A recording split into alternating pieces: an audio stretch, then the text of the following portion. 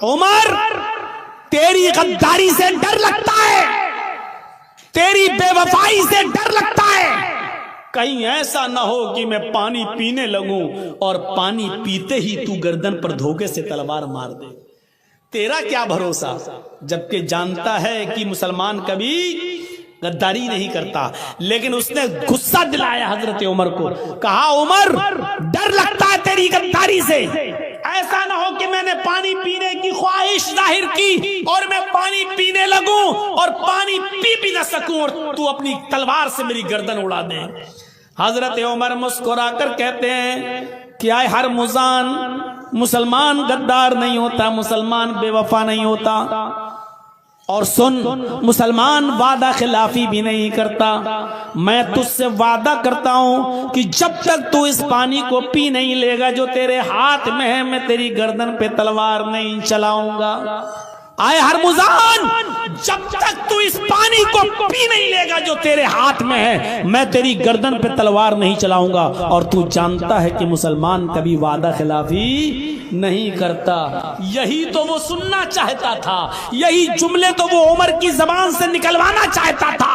جیسے ہی حضرت عمر فاروق نے یہ کہا کہ جب تک تو اس پانی کو پی نہیں لے گا جو تیرے ہاتھ میں ہے، میں تیری گردن پہ تلوار نہیں چلاؤں گا، اس نے یہ سنتے ہی مسکرانے لگا، کھلکھلا کر ہنسنے لگا اور کہنے لگا کہ عمر، میں جانتا ہوں کہ مسلمان کبھی وعدہ خلافی نہیں کرتا، میں جانتا ہوں کہ مسلمان کبھی جھوٹ نہیں بولتا، میں یہ بھی جانتا ہوں کہ مسلمان کبھی اپنی بات سے پیچھے نہیں ہٹتا۔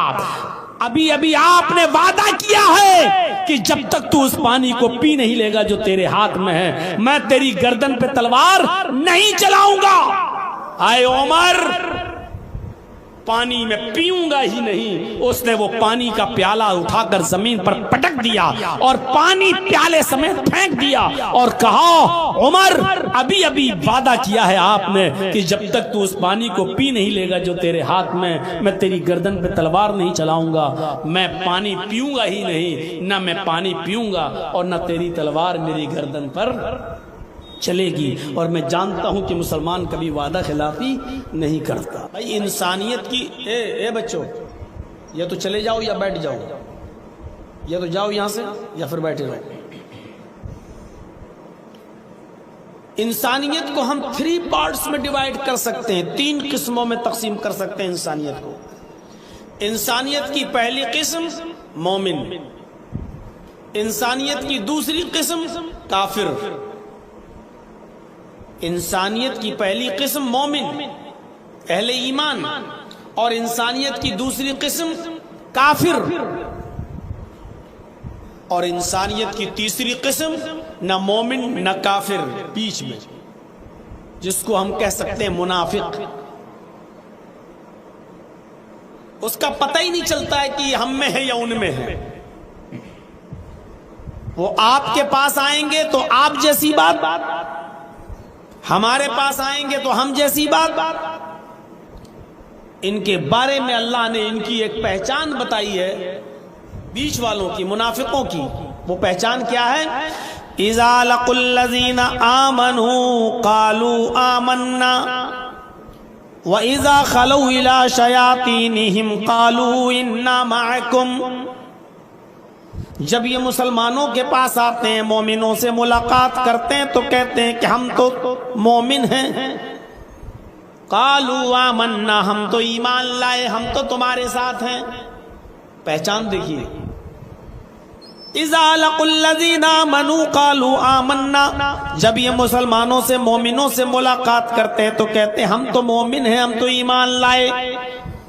وَإِذَا خَلَوْا إِلَىٰ شَيَاطِينِهِمْ، اور جب یہ اپنے چیلے چپاٹوں کے پاس، اپنے یار دوستوں کے پاس جاتے ہیں تو کہتے ہیں اِنَّا مَعَكُمْ، ہم تو تمہارے ساتھ ہیں۔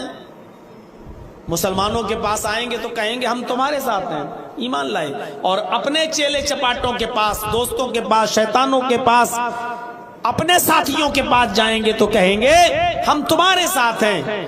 انما نحن مستہزئون، ہم تو ان سے مذاق کر رہے تھے، یعنی ہم مسلمانوں سے جو کہہ رہے تھے کہ ہم تمہارے ساتھ ہیں، ہم تو مذاق کر رہے تھے ان سے، ہم تو اصل میں تمہارے ساتھ ہیں۔ یہ انسانیت کی سب سے خطرناک قسم ہے، کیونکہ مومنوں سے کوئی خطرہ نہیں ہے اور کافروں سے بھی کوئی خطرہ نہیں ہے، وہ کافر ہیں، ہمیں ان سے کیا خطرہ ہے؟ ہوشیار ہیں ہم، یہ کافر ہے، ہمیں کبھی بھی دھوکہ دے سکتا، یہ ہم ان سے ہوشیار تو ہیں، لیکن منافق چونکہ ہمارے ساتھ اٹھتا بیٹھتا ہے اس لیے ہم اس سے ہوشیار نہیں رہتے ہیں، ہم اس کو اپنا ہمدرد سمجھتے ہیں، اور یہ اندر ہی اندر سے ہمیں کھوکھلا کرتا ہے، اندر ہی اندر سے ہمیں دیمک کی طرح چاٹتا ہے، اندر ہی اندر سے ہمیں رسوا اور ذلیل کرنے کی پلاننگ کرتا ہے، اس لیے اس سے ہم ہوشیار نہیں رہ پاتے ہیں۔ پہلے رکوع میں سورہ بقرہ کے پہلے رکوع میں اللہ نے کافروں کا اور مومنوں کا دونوں کا ذکر کر دیا، اور منافقوں کا ذکر الگ سے دوسرے رکوع میں کیا۔ پہلا رکوع پڑھیے آپ، اہل ایمان کا ذکر پہلے رکوع میں اور کافروں کا بھی ذکر پہلے رکوع میں۔ الف لام میم ذالک الکتاب لا ریب فیہ ھدی للمتقین الذین یؤمنون بالغیب ویقیمون الصلاة ومما رزقناہم ینفقون۔ یہ کتاب بلا شک و شبہ درست ہے، اس کتاب کے اندر شک و شبہ کرنے کی کوئی گنجائش نہیں، یعنی قرآن۔ ھدی للمتقین، اللہ سے ڈرنے والوں کے لیے ہدایت ہے، اللہ سے ڈرنے والوں کے لیے اس سراپا ہدایت بن کر نازل کی گئی قرآن۔ الذین یؤمنون بالغیب، ان لوگوں کے لیے یہ کتاب ہدایت ہے، ان متقیوں کے لیے جو غیب پر ایمان رکھتے ہیں۔ غیب پر ایمان رکھنے کا مطلب جو چھپی ہوئی چیزوں پر ایمان رکھتے ہیں۔ چھپی ہوئی چیزوں پر ایمان لانے کا مطلب سمجھتے ہیں نا، جنت دیکھی نہیں لیکن ایمان ہے، ہم نے جہنم دیکھی نہیں لیکن پھر بھی ہم مانتے ہیں، اللہ کو ہم نے اور آپ نے دیکھا نہیں لیکن پھر بھی ہمارا اور آپ کا ایمان اللہ پر ہے، فرشتوں کو ہم نے اور آپ نے دیکھا نہیں لیکن پھر بھی ہمارا اور آپ کا ایمان فرشتوں پر ہے، تقدیر ہم نے اور آپ نے دیکھی نہیں، کل کیا ہوگا ہمارے ساتھ، پرسوں کیا ہوگا ہمارے ساتھ، ایک سال کے بعد کیا ہوگا ہمارے ساتھ ہمیں نہیں معلوم، لیکن اچھی اور بری تقدیر پر ہمارا ایمان ہے کہ جو کچھ بھی ہوا ہے میرے ساتھ وہ ہماری تقدیر میں لکھا ہوا تھا، ہماری قسمت میں لکھا ہوا تھا، اس پر ہمارا ایمان ہے۔ تو الذین یؤمنون بالغیب کا مطلب یہ ہے جو چھپی ہوئی چیزوں پر ایمان رکھتے ہیں، جو چھپی ہوئی چیزوں کو تسلیم کرتے ہیں، جو غیب کی چیزیں چھپی ہوئی چیزیں جو ان پر ایمان رکھتے ہیں۔ والذین یقیمون الصلاۃ، اور جو پابندی کے ساتھ نماز قائم کرتے ہیں۔ وَمِمَّا رَزَقْنَاهُمْ يُنْفِقُونَ، اور ہم نے جو رزق اتارا ہے، ہم نے ان کو جو روزی دی ہے اس میں سے یہ اللہ کی راہ میں خرچ کرتے ہیں، اللہ کی راہ میں دیتے ہیں۔ دیکھیے مومنوں کا ذکر ہو رہا ہے، مومنوں کا، اور جو ہم نے ان کو رزق دیا اس میں سے یہ خرچ کرتے ہیں۔ والذین یؤمنون بما انزل الیک وما انزل من قبلک، اور جو کتاب ہم نے آپ کی طرف نازل کی ہے یعنی قرآن، اس پر ایمان رکھتے ہیں، اور وہ کتابیں جو ہم نے آپ سے پہلے نازل کی ہیں ان کتابوں پر بھی جو ایمان رکھتے ہیں، یعنی تورات، زبور اور انجیل وغیرہ۔ وَبِالْآخِرَةِ هُمْ يُوقِنُونَ، اور جو آخرت کے دن پر یقین رکھتے ہیں، جو آخرت کے دن کی اوپر یقین کامل ہے جن کا۔ اتنی چیزیں بیان کرنے کے بعد اللہ رب العالمین نے فرمایا اولئک علی ھدی من ربہم واولئک هم المفلحون، یہی وہ لوگ ہیں جو اپنے رب کی ہدایت پر ہیں۔ اولئک علی ھدی من ربہم، یہی وہ لوگ ہیں جو اپنے رب کی ہدایت پر ہیں۔ واولئک هم المفلحون، اور یہی وہ لوگ ہیں جو کامیاب ہونے والے ہیں، جو نجات پانے والے ہیں، جو نجات یافتہ ہیں، یہی وہ لوگ ہیں جو کامیاب ہیں۔ یہ مومنوں کا ذکر ہو گیا ہے۔ اہل انسانیت کی پہلی قسم مومن، اور اللہ تعالیٰ نے کہا مومن کون ہے؟ مومن کون ہے؟ جو اللہ کی کتاب کو قرآن کو بالکل صحیح اور سچی کتاب مانتا ہے۔ مومن کون ہے؟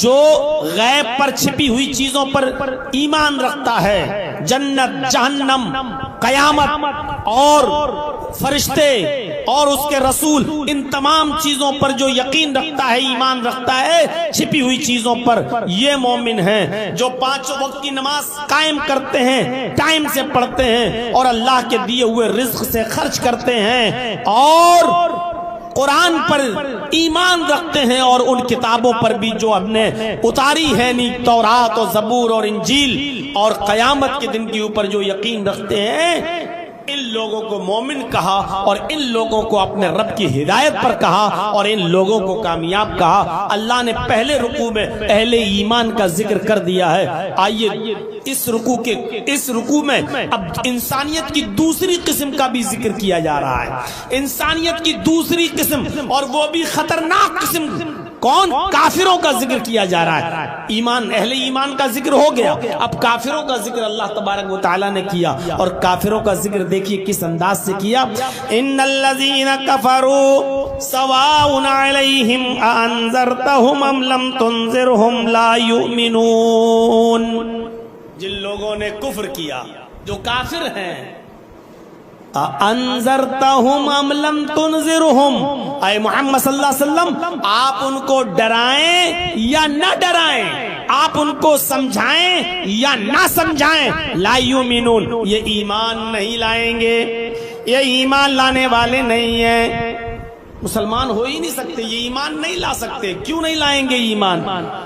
آپ ان کو چاہے کتنا سمجھائیے، یہ مومن نہیں ہوں گے، ایمان نہیں لائیں گے۔ کیوں نہیں لائیں گے؟ ختم اللہ علی قلوبہم وعلی سمعہم وعلی ابصارہم غشاوہ۔ ختم اللہ علی قلوبہم، اللہ رب العالمین نے ان کے دلوں پر مہر لگا دی، وعلی سمعہم، اور ان کے کانوں پر بھی اللہ رب العالمین نے مہر لگا دی۔ ان کے دلوں پر مہر لگ گئی، لاکھ ان کو سمجھاؤ یہ سمجھنے والے نہیں ہیں۔ ان کے کانوں پر بھی مہر لگ گئی، لاکھ ان کو سناؤ یہ سننے والے نہیں ہیں۔ آپ کی بات ان کے دل میں نہیں اترے گی کیونکہ دل پر مہر لگی ہوئی ہے، آپ کی بات ان کے کانوں میں نہیں جائے گی کیونکہ کانوں پر مہر لگی ہوئی ہے۔ وَعَلَىٰ أَبْصَارِهِمْ غِشَاوَةٌ، اور ان کی آنکھوں کے سامنے پردہ ڈال دیا ہے، پردے پڑے ہوئے، حقیقت ان کو دکھائی نہیں دے رہی ہے، ان کی آنکھوں کے سامنے اللہ نے پردے ڈال دیے ہیں اور ان کو حقیقت سے کوئی شناسائی نہیں ہے، حقیقت ان کو نظر نہیں آ رہی ہے، حقیقت۔ وَلَهُمْ عَذَابٌ عَظِيمٌ، اور اللہ رب العالمین نے ان کے لیے بہت بڑا عذاب تیار کر رکھا ہے، ان کافروں کے لیے بہت بڑا عذاب ہے۔ وَلَهُمْ عَذَابٌ عَظِيمٌ، ان کے لیے بہت بڑا عذاب ہے۔ مومنوں کے لیے کہا یہ اپنے رب کی ہدایت پر ہیں اور یہ کامیاب ہو رہے ہونے والے ہیں، اور کافروں کے لیے کیا کہا؟ ان کے لیے بہت بڑا عذاب ہے۔ اہل ایمان کا اور کافروں کا ذکر کرنے کے بعد اللہ اب تیسری قسم کا جو ذکر کر رہا ہے دوسرے رکوع میں، اس کے لیے الگ سے دوسرا رکوع استعمال کیا گیا۔ غور کیجئے، تیسری قسم جس کا تذکرہ ہم آپ کے سامنے کر رہے ہیں، وہ تیسری قسم کیا ہے؟ وَمِنَ النَّاسِ مَن يَقُولُ آمَنَّا بِاللَّهِ وَبِالْيَوْمِ الْآخِرِ، کچھ لوگ تمہیں ایسے ملیں گے جو نہ مومن ہوں گے نہ کافر ہوں گے، بلکہ ایسے ہوں گے جو اپنی زبان سے کہیں گے ہم اللہ پر ایمان لائے، جو اپنی زبان سے کہیں گے ہم اللہ پر ایمان رکھتے ہیں، ہم اللہ کو مانتے ہیں، اللہ پر ہمارا ایمان ہے، وَبِالْيَوْمِ الآخر، اور قیامت کے دن کے اوپر ہمارا ایمان ہے، قیامت کے دن کو بھی ہم مانتے ہیں۔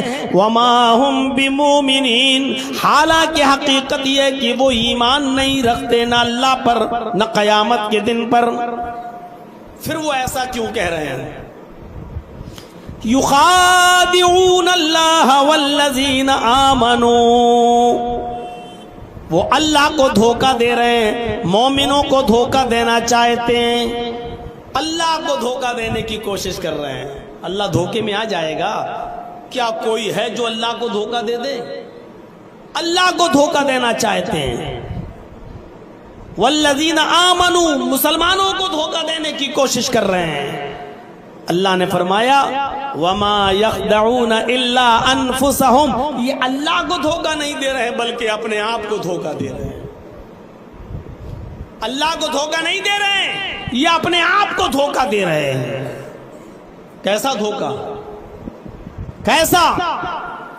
میرے پیارے ساتھیوں، ایک آدمی اپنے آپ کو مسلمان تصور کر رہا ہے، جمعے کے دن سنیچر کے دن مسجد میں نہیں گیا، اتوار کو مسجد میں نہیں دکھا، سوموار کے دن مسجد میں بالکل نہیں گیا، منگل کے دن بھی نہیں گیا، بدھ کے دن بھی مارکیٹ گھومتا رہا، جمعرات کے دن بھی وہ اس کی شکل مسجد میں نہیں دکھی، سنیچر سے لے کر جمعرات تک وہ مسجد میں نہیں گیا، اور جمعے کے دن سب سے آگے والی صف میں بیٹھا ہے، پہلی صف میں بیٹھا ہے، پورے ہفتے مسجد سے غائب،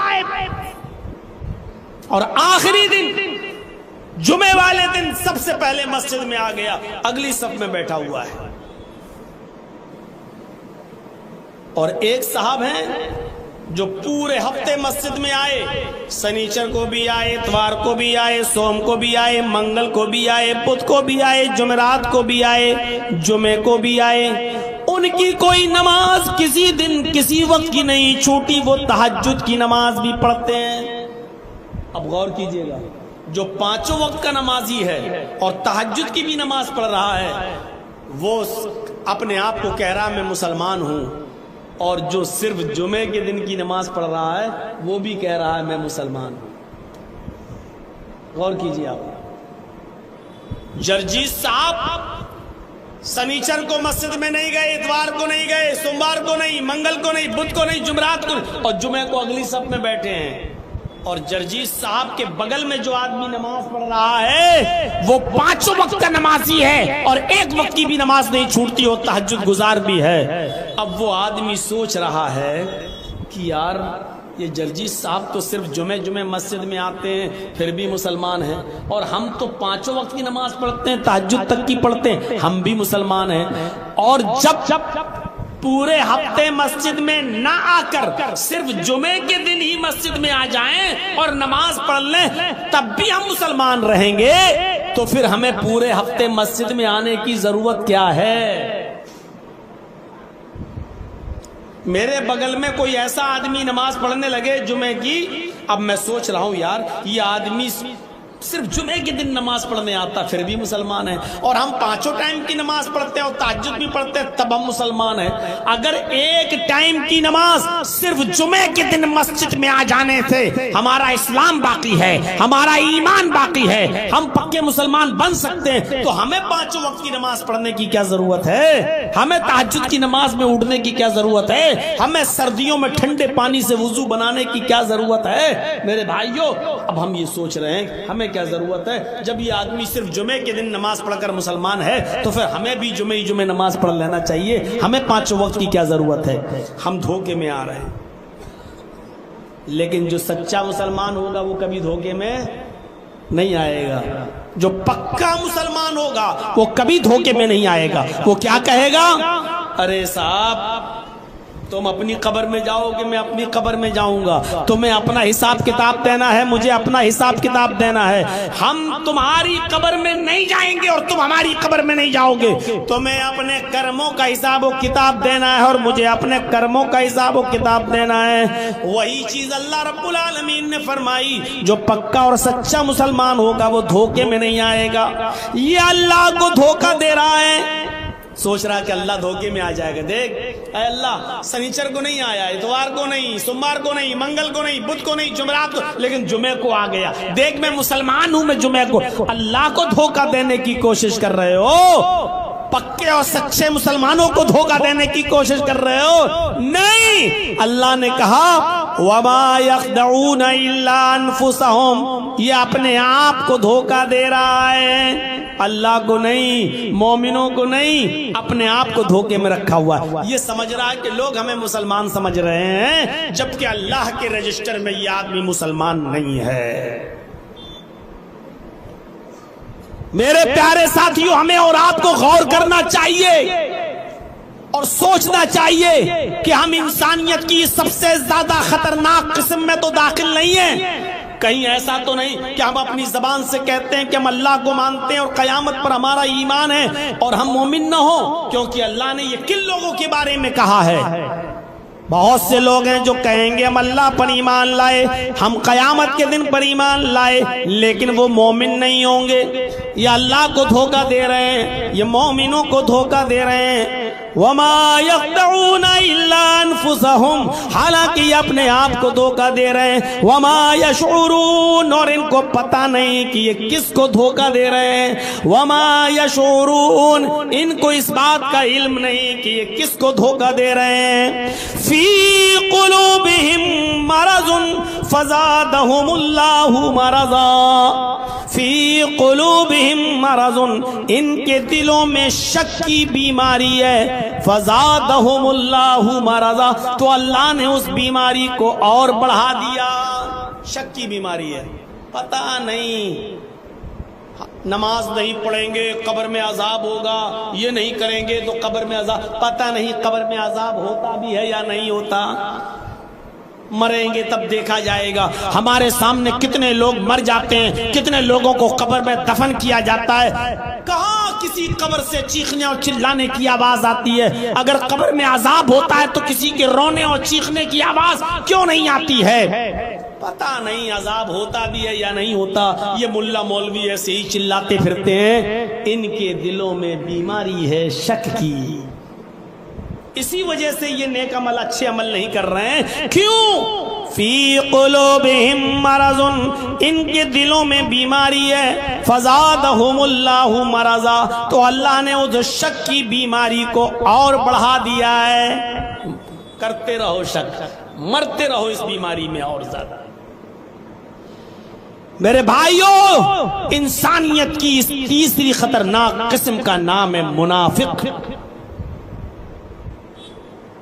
تیسری خطرناک قسم کا نام ہے منافق. اور اللہ کے نبی جناب محمد رسول اللہ صلی اللہ علیہ وسلم نے اس کی پہچان یہ کہہ کر اور بڑھا دی ہے اور بتا دی ہے کہ ایسا شخص اس کے اندر 3 چیزیں پائی جائیں گی. تب آپ یقین کر لینا کہ یہ پکا منافق ہے. اور وہ 3 چیزیں کیا ہیں؟ آیت المنافق ثلاث، 3 چیزیں جس کے اندر پائی جائیں گی وہ منافق. وہ کیا ہے؟ آیت المنافق ثلاث، 3 چیزیں بتائیں. پہلی چیز، اذا حدث کذب، جب وہ بات کرے گا تو جھوٹ بولے گا. مسلمانوں غور کرنا، یہ صفت ہمارے اندر پائی جاتی ہے یا نہیں پائی جاتی؟ اذا حدث کذب، جب وہ بات کرے گا تو جھوٹ بولے گا. پہلی چیز. وَإِذَا وَعَدَ أَخْلَفَ، جب وعدہ خلافی، جب کسی سے وعدہ کرے گا تو وعدہ خلافی کرے گا، اس وعدے کو پورا نہیں کرے گا. یہ دوسری صفت. اور تیسری صفت، وَإِذَا اؤْتُمِنَ خَانَ، جب اس کے پاس امانت رکھی جائے گی تو امانت میں خیانت کرے گا. یہ تیسری صفت اس کے اندر پائی جائے گی. ان 3 صفتوں کے علاوہ اللہ کے نبی صلی اللہ علیہ وسلم نے فرمایا، أَرْبَعٌ مَّن كُنَّ فِيهِ كَانَ فِيهِ خصلة من النفاق. اللہ کے نبی نے فرمایا 4 چیزیں جس کے اندر پائی جائیں گی. ایک حدیث میں 3 اور ایک حدیث میں 4. اس میں وَإِذَا خَاصَمَ فَجَرَ بھی آیا ہے. جب وہ کسی سے لڑے گا، جھگڑا کرے گا تو گالی دے گا، فسق و فجور بکے گا، منہ سے الٹے سیدھے اور گالی والے جملے استعمال کرے گا. اللہ کے نبی صلی اللہ علیہ وسلم نے فرمایا کہ 4 چیزیں جس کے اندر پائی جائیں گی. ایک حدیث میں 3 اور ایک حدیث میں 4. اور ایک بات یاد رکھیے گا، جس حدیث کے اندر اللہ کے نبی نے 3 چیزیں بتائیں کہ 3 چیزیں جس کے اندر پائی جائیں گی، 3 چیزیں وہ پکا منافق ہوگا. ان تینوں میں سے اگر ایک چیز پائی گئی تو 1/3 منافق, دو چیزیں پائی گئی تو 2/3 منافق, اور تینوں چیزیں پائی گئی تو پکا منافق. اور اللہ کے نبی نے فرمایا وَإِنْ صَامَ وَصَلَّى وَزَعَمَ أَنَّهُ مسلم, اگرچہ وہ کتنا بھی بڑا روزے دار ہو اور کتنا ہی وہ نمازیں پڑھتا ہو اور اپنے آپ کو کتنا بڑا مسلمان سمجھتا ہو, اس کے مسلمان سمجھ لینے سے, اس کی نمازیں پڑھ لینے سے, اس کا روزے دار ہو جانے سے کوئی فرق نہیں پڑتا ہے. اس کے روزے کسی کام کے نہیں, اس کی نمازیں کسی کام کی نہیں, اس کا اچھا عمل کسی کام کا نہیں, اگر یہ تین چیزیں اس کے اندر پائی جا رہی ہیں تو. وہ تین چیزیں کیا ہیں؟ پہلی چیز اذا حدث کذب, جب بات کرے گا تو جھوٹ بولے گا. آج جھوٹ ہماری رگ رگ میں پڑا ہوا ہے. چھوٹی سی دکان بھی اگر ہم چلاتے ہیں تو بغیر جھوٹ کے نہیں چل سکتی آج ہماری. اور آپ کو بہت بڑی بات ہو گئی دکان. آئیے رمضان کے مہینے میں جتنا چندہ کرنے والے جاتے ہیں مدرسوں کا, غور کرو. ہم لوگ دیکھتے ہیں یو پی میں بھی چندہ کرنے آتے ہیں لوگ, اور مدرسوں کا چندے میں بھی کیا کہیں گے, ہمارے مدرسے میں 300 بچے باہر کے پڑھتے ہیں. میں نے خود ایسے لوگوں کے اعلانات سنے ہیں جن کے مدرسوں میں میں جا چکا ہوں جہاں 50 بچے بھی باہر کے نہیں ہیں, لیکن پھر بھی مدرسے کا چندہ کرنے والا مچند اعلان کر کے کہتا ہے کہ ہم ایسے مدرسے سے آئے ہیں, ہمارے ہاں 300 بچے پڑھتے ہیں جن کے قیام و طعام کا انتظام مدرسہ کرتا ہے, خود اٹھاتا ہے, مدرسہ ان کا کفیل ہے, ذمہ دار ہے. کبھی کبھی اعلان سن کر مجھے ہنسی آ جاتی ہے, چھپاتا ہوں, لیکن کیا کہیں, ان کو پکڑ بھی نہیں سکتا, ان کو بے عزت بھی نہیں کر سکتا. اگر ان کے اوپر گرفت کر لی جائے, پکڑ لیا جائے تو بیچارے یہ مدرسے پھر بند ہونے کی کگار پہ آ جاتے ہیں. میرے بھائیوں, ایک اچھا کام کرنے والے لوگ جو دین کا دینی مدرسے چلاتے ہیں, اس پر بھی جھوٹ بول کے چندہ لیا جا رہا ہے. پھر آپ دکان چلانے والوں پر کیا اعتبار کریں گے اور کیا بھروسہ کریں گے؟ آپ تصور کریں, آپ جھوٹ آج ہماری رگ رگ میں سما چکا ہے. اور اللہ کے نبی کہتے ہیں چاہے کتنا نمازیں پڑھ لو اور چاہے کتنے, وَإِنْ صَامَ, روزے دار ہو, وَصَلَّى, نمازی بن جاؤ, وَزَعَمَ أَنَّهُ مسلم, اور اپنے آپ کو پکا مسلمان سمجھنے لگو, لیکن تمہارے سمجھنے سے اور تمہارے نماز پڑھنے اور روزہ رکھنے سے کچھ نہیں ہوگا. 1/3 منافق.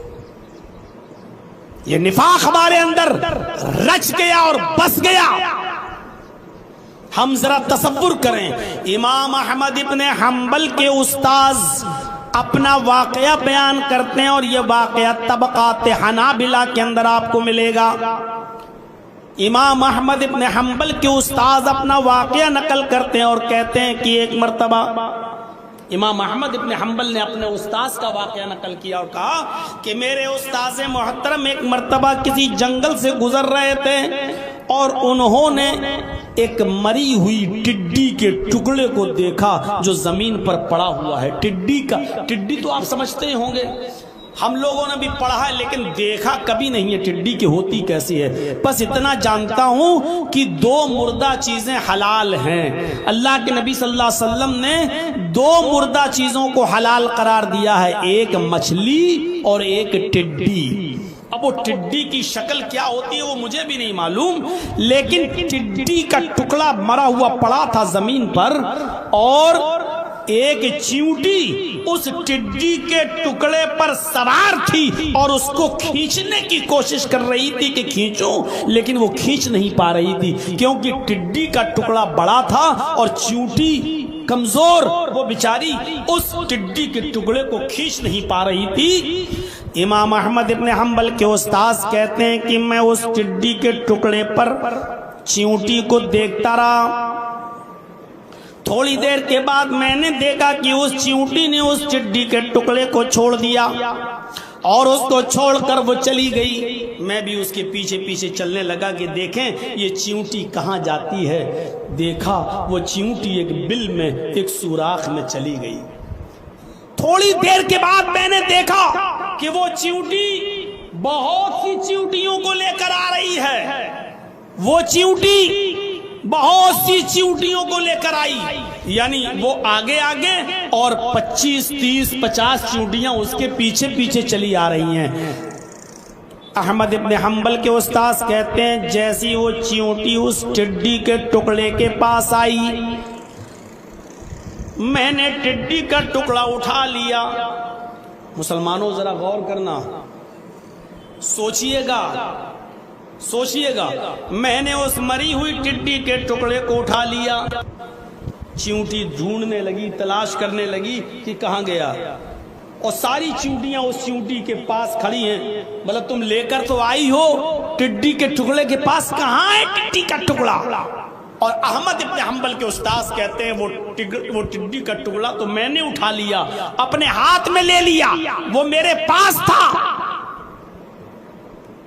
وہ چیونٹی ڈھونڈتی رہی، ادھر ادھر بھٹکتی رہی، لیکن اس کو ٹڈی کا ٹکڑا جب نہیں ملا تو ساری چیونٹیاں چلی گئیں اور اپنے اپنے بلوں میں گھس گئیں.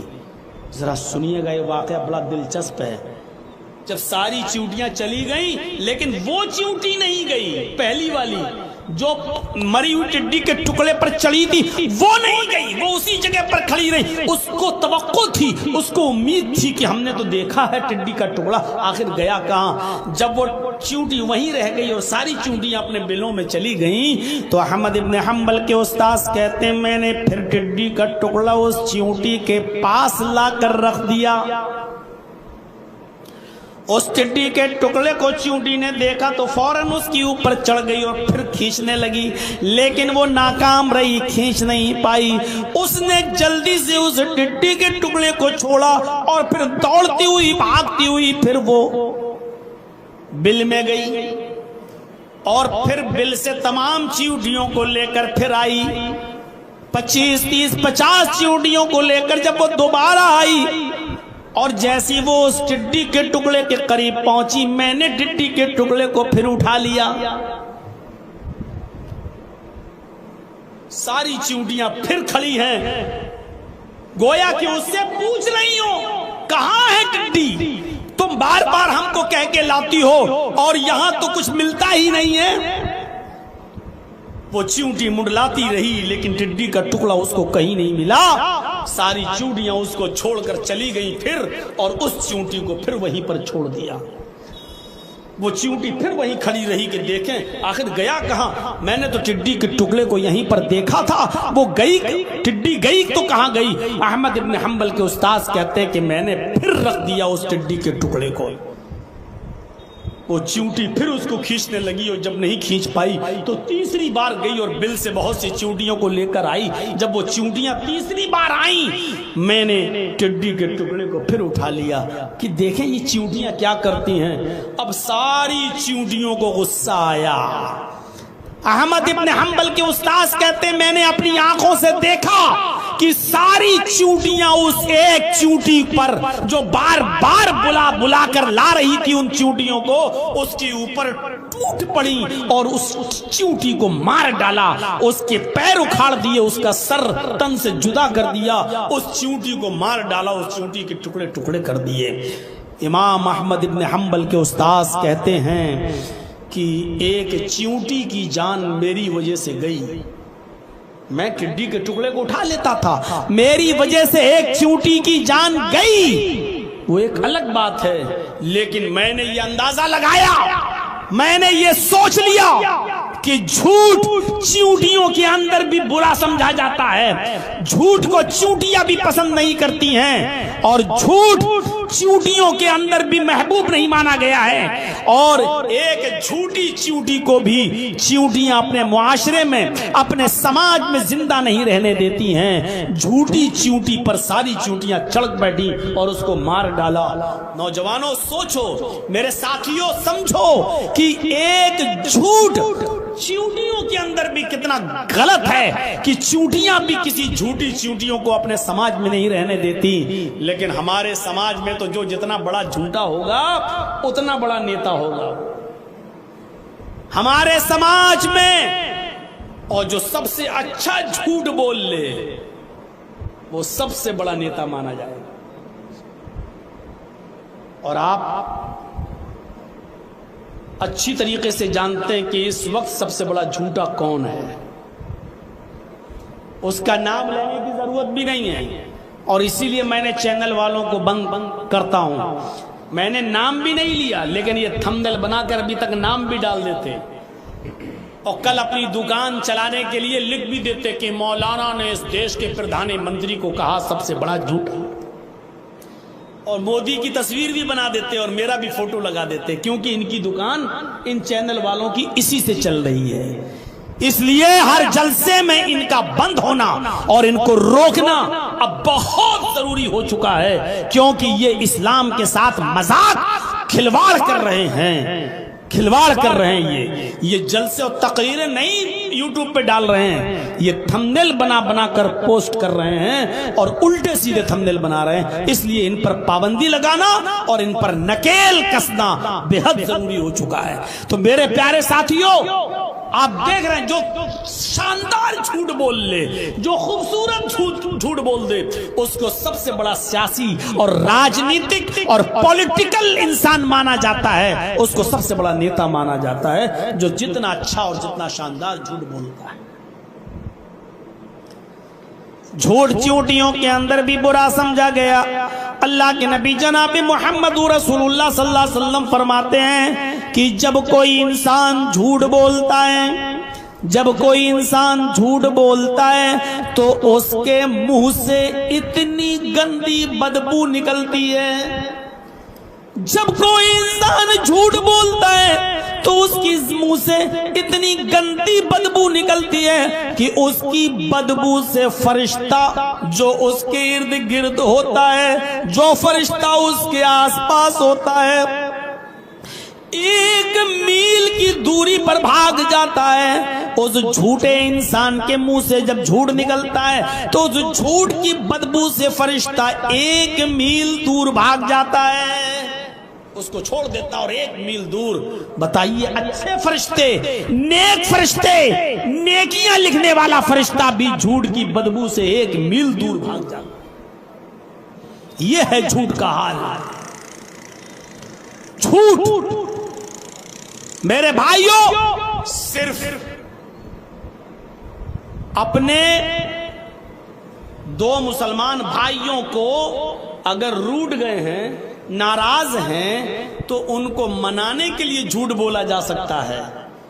جیسے آپ کہیں ارے یار آپ کے فلاں آدمی سے ناراض ہیں، ارے یار وہ تو آپ کی بڑی تعریف کرتا ہے، وہ تو آپ کی بڑی بڑائیاں بیان کرتا ہے اور آپ اس سے ناراض ہیں، اور اس آدمی سے یہ کہیں کہ تم اس آدمی سے ناراض ہو، یہ آدمی تو آپ کی بہت تعریف کرتا ہے۔ یعنی دونوں کو بنانے میں اور قریب کرنے میں اگر جھوٹ بھی بولنا پڑے تو اللہ کے نبی صلی اللہ علیہ وسلم فرماتے ہیں کہ وہاں جھوٹ بولنا جائز ہے، وہاں جھوٹ بول کر تم ان لوگوں کو منا لو۔ لیس الکذاب الذی یصلح بین الناس، لوگوں کو منانے میں اور لوگوں کو ایک کرنے میں، لوگوں کو جوڑنے میں اگر جھوٹ بولنا پڑے تو وہاں جھوٹ بول دو۔ جھوٹ بولنے والے کو کذاب نہیں لکھا جائے گا، جھوٹا نہیں لکھا جائے گا۔